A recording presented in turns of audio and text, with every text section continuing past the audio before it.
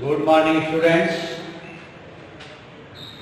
Chapter का नाम है संधारित्र तथा परावैद्युत। उसमें आज की टॉपिक है संधारित्र के परावैद्युत पर प्रेरित आवेश। आवेश जानते हैं, किसी पदार्थ का वैद्युतमय हो जाना ही आवेश कहलाता है। प्रेरित आवेश, अगर प्लेट प्लस है तो उससे प्रेरित आवेश माइनस क्यू होगा। आप देख रहे हैं प्लस क्यू और माइनस क्यू की दो प्लेटें हैं और उसके प्रेरित आवेश माइनस क्यू डैश और प्लस क्यू डैश। इसी की हमको गणना करनी है। अब प्लस क्यू पे क्या है? सारे धन आवेश, positive positive positive positive positive positive. इस पे क्या हो जाएंगे? ऋण आवेश। ऋण आवेश हो गया तो ये ऋण धन के बगल में क्या हो जाएगा? ऋण। इस पे वैद्युत क्षेत्र क्या है हमारी? ई। और वाह्य वैद्युत क्षेत्र ई है। क्या है? ई। आप जानते हैं कि वैद्युत क्षेत्र की तीव्रता एक सदिश राशि होती है। किसी राशि होती है? सदिश राशि। और उसका मान हमको यहाँ पे ज्ञात करना है। यह एक सदिश राशि। अब देखें चित्र के विषय में समझ के दो प्लेटें हैं, प्लस क्यू माइनस क्यू। उससे प्रेरित होकर के माइनस प्लस क्यू पे के बाद प्रेरित आवेश माइनस क्यू डैश और प्लस क्यू डैश हो जा रहा है। तो आप जानते हो कि पृष्ठ घनत्व की किसी आवेशित संधारित्र की प्रत्येक प्लेट का क्षेत्रफल ए है और उस पर आवेश क्यू है। तो पृष्ठ घनत्व आप जानते हैं, गॉस की प्रमेय में पढ़े होंगे, गॉस की प्रमेय के उपयोग में sigma equal to Q upon A. Sigma क्या है? पृष्ठ घनत्व। क्यू क्या है? आवेश। और ए क्या है? प्लेट की क्षेत्रफल। तो संधारित्र के प्लेटों पर उपस्थित प्लस क्यू तथा माइनस क्यू के कारण प्लेटों के बीच उत्पन्न वैद्युत क्षेत्र हमारा क्या है? E0 गॉस की प्रमेय का एक प्रयोग है। E0 equal to sigma upon epsilon 0। Sigma upon epsilon 0। और सिग्मा का मान क्या है? Q upon A। तो क्या हो जाएगा? Q upon epsilon 0 A। ये किसका मान हो गया आपका? E0 का। अब जहां एप्सिलॉन 0 निर्वात की क्या होती है? वैद्युतशीलता होती है। अब संधारित्र की प्लेटों के बीच स्थित परावैद्युत प्लेट माइनस क्यू और प्लस क्यू, यही हमारे प्रेरित आवेश हैं। इनका मान ज्ञात करने के लिए इस पर वैद्युत क्षेत्र की तीव्रता E dash equal to sigma upon epsilon 0। E dash equal to sigma dash upon epsilon 0।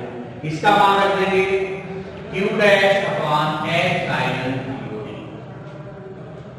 E dash कहां है? आपके बीच में है, देख रहे हैं यह प्रेरित आवेश। प्रेरित आवेश की वैद्युत क्षेत्र की तीव्रता है sigma dash equal to q dash upon A. अब संधारित्र के प्लेटों के बीच परिणामी वैद्युत क्षेत्र, परिणामी वैद्युत क्षेत्र क्या हो जाएगा? कैपिटल ई बराबर E0 minus E dash. E0 minus E dash मान रखो। E0 का मान Q upon epsilon 0A। E dash का मान Q dash upon epsilon 0A। कोई दिक्कत? अब इसमें क्या करेंगे आप? एलसीएम ले लीजिए इसका। E इक्वल टू एलसीएम क्या हो जाएगा?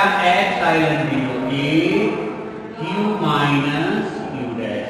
अब इसको आप चाहो तो एक समीकरण दे दो। समीकरण नंबर क्या हो जाएगा? 1।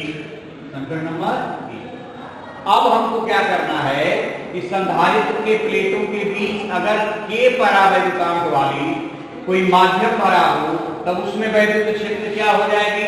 यहां भी गॉस की प्रमेय लगाएंगे। E equal to sigma upon K epsilon 0। K क्या है? परावैद्युत माध्यम का परावैद्युतांक। मान रखिए सिग्मा का, sigma equal to q upon ए, तो क्यू अपान के ए एप्सिलॉन जी। समझ में आ रहा ना? सिग्मा इक्वल टू क्या होता है? Q upon A. मान लीजिए इसका ये हो गया समीकरण नंबर 2। समीकरण 1 और 2 की तुलना कर दो। समीकरण 1 तथा 2 की तुलना करने पर कर दीजिए तुलना भाई, क्योंकि दोनों बायां दायां पक्ष बराबर है तो बायां पक्ष भी आपस में बराबर होंगे। तो क्या हो जाएगा हमारा q minus q dash upon epsilon 0 equal to q upon k epsilon 0 कट गया। q minus q dash equal to q upon a हो गया। अब q इक्वल टू क्या हो जाएगा? q डैश का मान निकाला, q minus q dash equal to q upon k, ये गुणा कर सकते हो, या q डैश इक्वल टू इधर कर लो q minus q upon k equal to q dash. q common ले लो तो 1 minus 1 upon k equal to q dash. यही हमारी प्रेरित आवेश है, यही इसका सूत्र होता है। तो क्या हमारा हो गया q dash equal to q 1 upon 1 minus 1 upon k, यही इसकी वैल्यू हो गई। किसकी वैल्यू हो गई?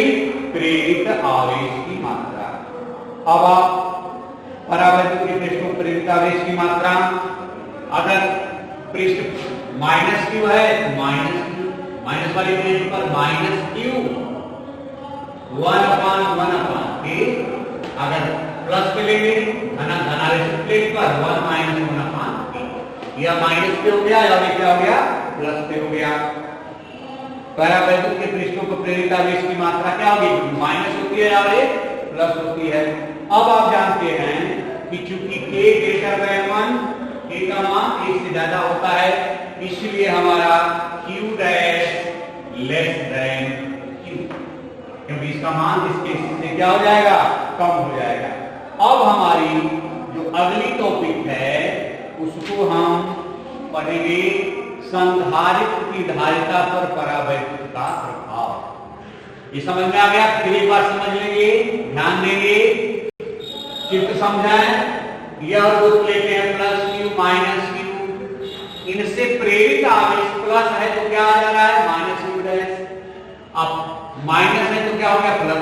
इसी आवेश की हमको मात्रा की गणना करनी है। आप जानते हैं गॉस के प्रमेय का उपयोग सिग्मा पृष्ठ equal to q upon A, E0 equal to sigma upon epsilon 0, sigma equal to q upon A मान लग गया, ये है मान गया परिणामी वैल्यू से। यह समीकरण नंबर 1 हो गया, समीकरण नंबर 2 की तुलना करने के आ गए। अब अगली टॉपिक हमारी है संधारित्र की धारिता पर परावैद्युत का प्रभाव।